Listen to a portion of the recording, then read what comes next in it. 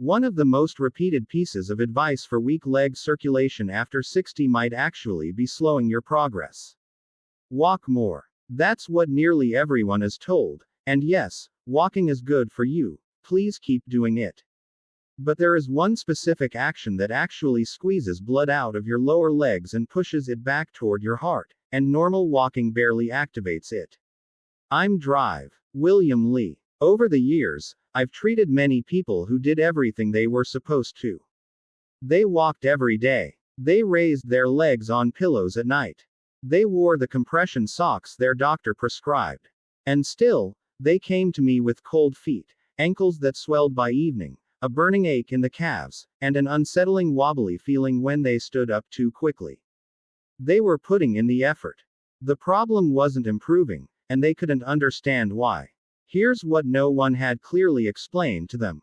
Poor circulation after 60 isn't just a minor nuisance to live with. When blood doesn't move well through the legs, even small cuts and sores heal slowly. They can become infected, and in severe cases, people can lose toes or part of their foot. It's also one of the earliest warning signs that the heart and arteries are under stress. By age 70, nearly 1 in 5 adults has peripheral artery disease, narrowing of the arteries that supply the legs, and most don't even know they have it. So this is worth understanding properly. Before you think, I already know all this, walk more, put your feet up, drink water, give me 2 minutes. Because the reason your feet are still cold at night has little to do with how many steps you took today. It comes down to one muscle most people never think about. And once you learn how to activate it, the solution is far simpler than you'd expect. Your second heart, the calf pump. Let me explain what that muscle is. Your calf. Doctors call it the calf muscle pump, and many refer to it as your second heart. This isn't just a cute phrase. Each time your calf tightens, it squeezes the deep veins in your lower leg and physically pushes blood upward against gravity toward your chest. Tiny one-way valves in those veins close behind each push so the blood can't fall back down. That's the pump. That's your second heart working every time you take a step. The problem is what happens to that pump after 60. Vein walls become weaker and stretchier. Those small valves start to leak, and the calf muscle itself shrinks and loses strength, especially if you spend much of your day sitting, which most of us do. So the pump slows. Blood pools at your ankles instead of climbing, swelling worsens, feet get colder, the skin gets less oxygen, and the less you move, the weaker the pump becomes, which makes you move even less. It becomes a slow downward spiral, and many people are partway through it without realizing. Now, the good news, real good news. Fixing this doesn't depend on your step count. It depends on a few very specific movements that physically push blood back where it belongs. I'll walk you through 5 of them, counting down from 5 to 1. Each one does something the previous couldn't, and I'm saving the single most powerful movement for last. The one exercise vascular rehab programs worldwide rely on most to restore blood flow after 60. If you take only one thing from this entire talk, it will be number 1. But you'll understand it much better if we build up to it together. Before we begin the countdown, a quick note that matters to me. Everything I'm about to show you is one part of a much larger picture, the small daily habits that quietly decide whether you're still walking strong at 80 or reaching for a cane at 70. So I've taken everything I tell my own patients about staying mobile and independent in these years and put it into one simple plan. It's already helped thousands live their best life after 60. If you want it, the link is right there on your screen. You don't need to write anything down, and I'll never make you sit through me reading a web address.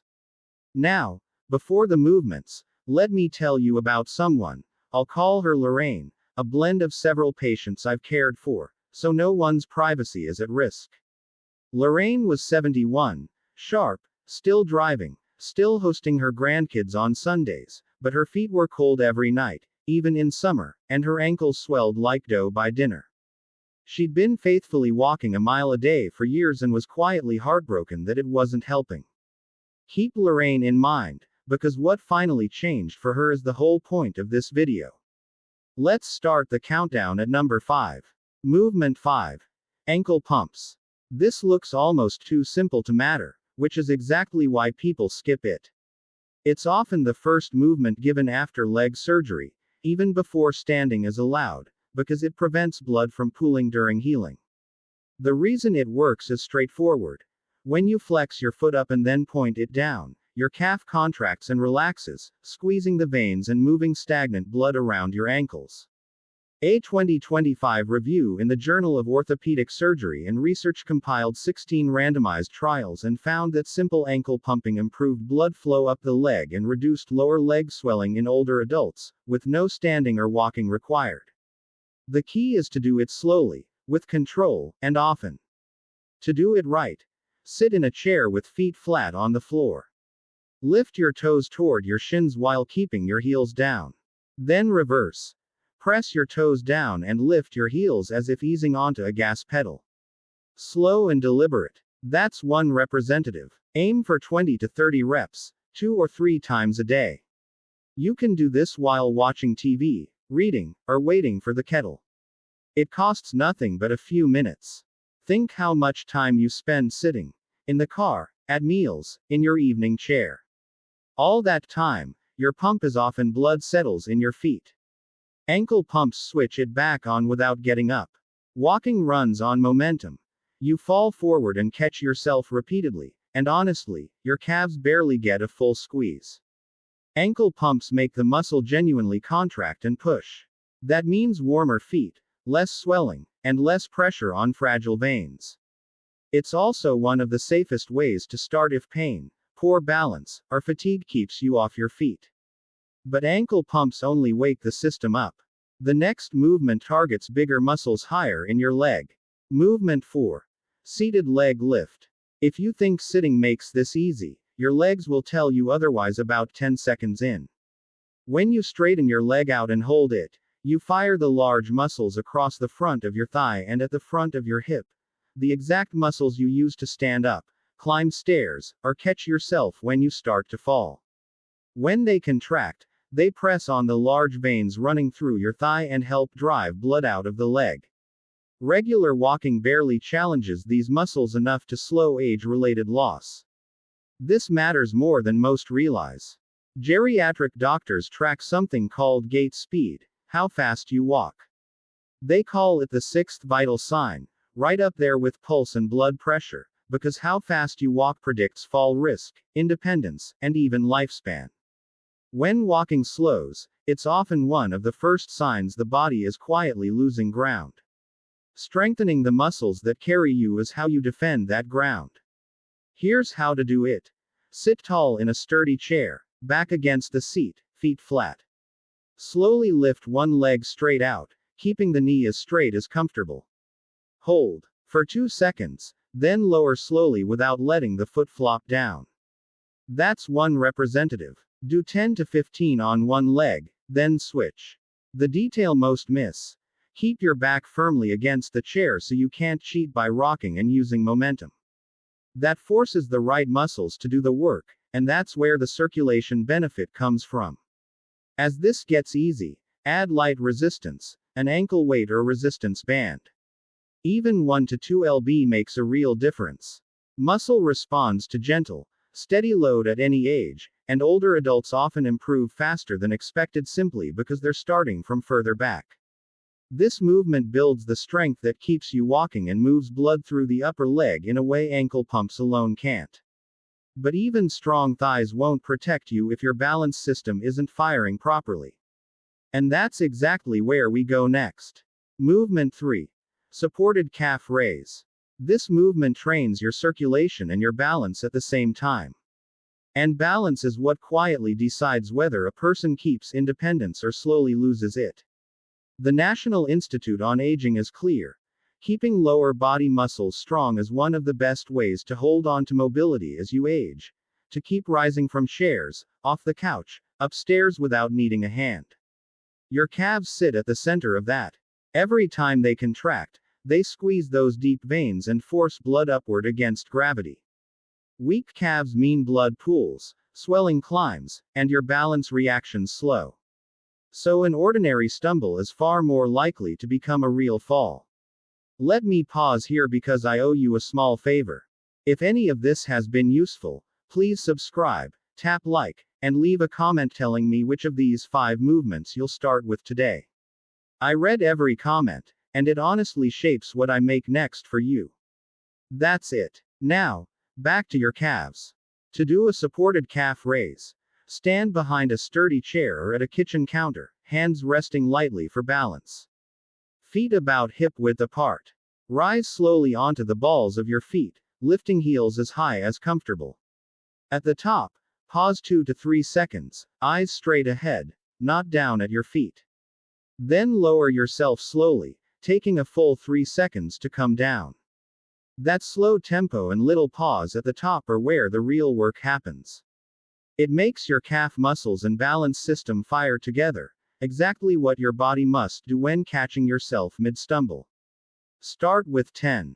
Build toward 20 to 25 as you get stronger. Over just a few weeks, this one movement improves ankle stability, circulation, and reaction speed, all without pounding your knees or hips. For many I've cared for, this is the one that first made them feel genuinely steady on their feet again. But standing on 2 feet is the gentle version. The next movement takes one away. Movement 2. Single leg stance hold. Before you dismiss this as just balance, and unrelated to blood flow, let me give you the number that made me take it seriously. In 2022, researchers in the British Journal of Sports Medicine followed over 1,700 adults for several years. They found that people who couldn't stand on one leg for just 10 seconds had an 84% higher risk of dying in the following years compared with those who could. 84%. And among adults in their early 70s, fewer than half could pass that simple test. A 10-second balance check told those researchers more about the road ahead than almost anything else they measured. You can try this now, carefully, with a counter or solid chair nearby. Stand tall, one hand near something to grab, lift 1 foot an inch or 2 off the floor, and see if you can hold steady for 10 seconds without grabbing. That's the test. And it's also the exercise. The reason it does so much for blood flow comes down to time. The instant you stand on one leg, your calf, ankle, hip, and core all must contract and keep contracting to hold you upright. That sustained squeeze keeps the pump running the entire time, pushing blood up instead of letting it settle back into your foot. Ordinary walking never asks for that. You're on one foot for a split second, then off again. Standing on one leg forces the pump to stay switched on, and this is where circulation and fall prevention completely overlap. When balance fades, people move less. When movement drops, blood flow slows, swelling rises, feet ache more, confidence drains, and that's the very spiral we talked about at the start. To train it, stand next to a counter or wall, one hand resting lightly for safety. Shift weight onto one leg and lift the other foot just an inch off the floor. You don't need to lift it high. Stand tall, eyes forward, don't curl your toes to grip the ground. Hold 20 to 30 seconds, breathing normally. Then switch legs. That's one set. Start with 2 rounds on each side. As it gets easier, rest your hand more lightly until you can hover it just above the surface without touching. The longer, steadier squeeze keeps blood moving and retrains your nerves to react faster when you trip. But balance alone keeps you upright without fully restoring flow. For that, you need the single strongest version of the calf pump, and that's number 1. Movement 1. Standing calf pump hold. This is the movement I promised at the start. Once you understand what it's doing inside your leg, you'll see exactly why vascular rehab programs worldwide use it almost like a prescription. It looks a lot like the calf raise from number 3, with one small difference that changes everything: the hold. You rise onto the balls of your feet, and then you stay right there. Your calves work like pressure pumps, and holding at the top keeps that pump fully squeezed long enough to actually clear out blood stalling around your ankles and drive it up toward your heart. Ankle pumps wake the system up. The single leg hold trains your control. This movement moves the most blood, and keeps it moving. The evidence is real, not hand-waving. In a randomized trial in the Journal of Vascular Surgery, people with genuinely poor leg circulation who did a simple program built around calf raises were able to walk significantly farther before pain set in.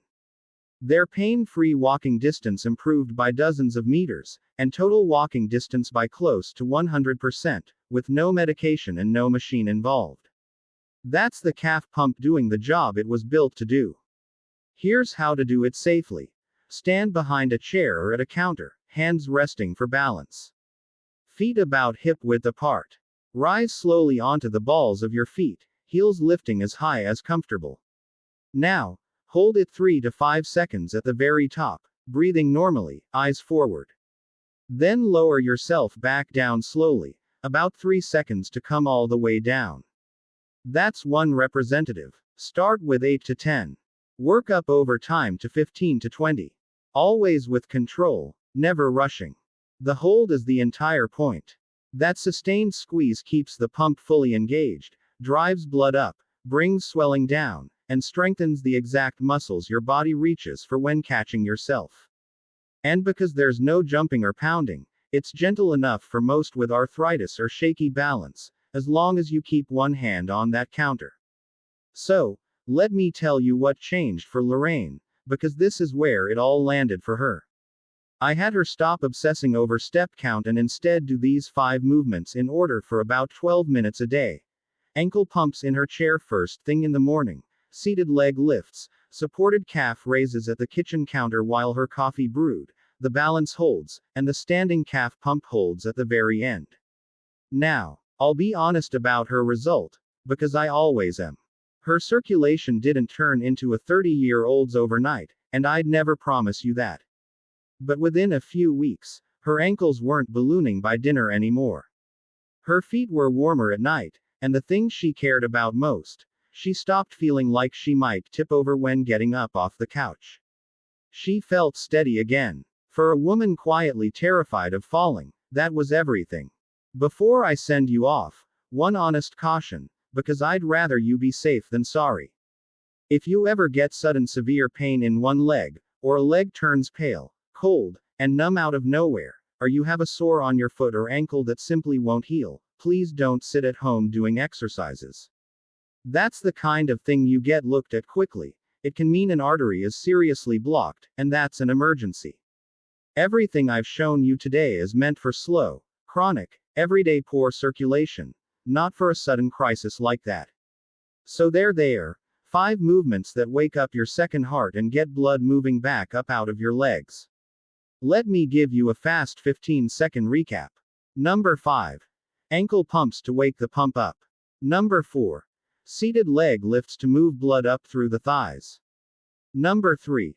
Supported calf raises for circulation and balance together. Number 2. The single leg hold for that long, steady squeeze and the balance that keeps you upright. Number 1. The standing calf pump hold, the most powerful of them all, the one I'd pick without hesitation if you made me choose only one. Keep walking, by the way. Walking is wonderful, and I never want you to stop. But walking alone leaves a real gap, and these 5 movements are what fill it. They take less than 15 minutes a day.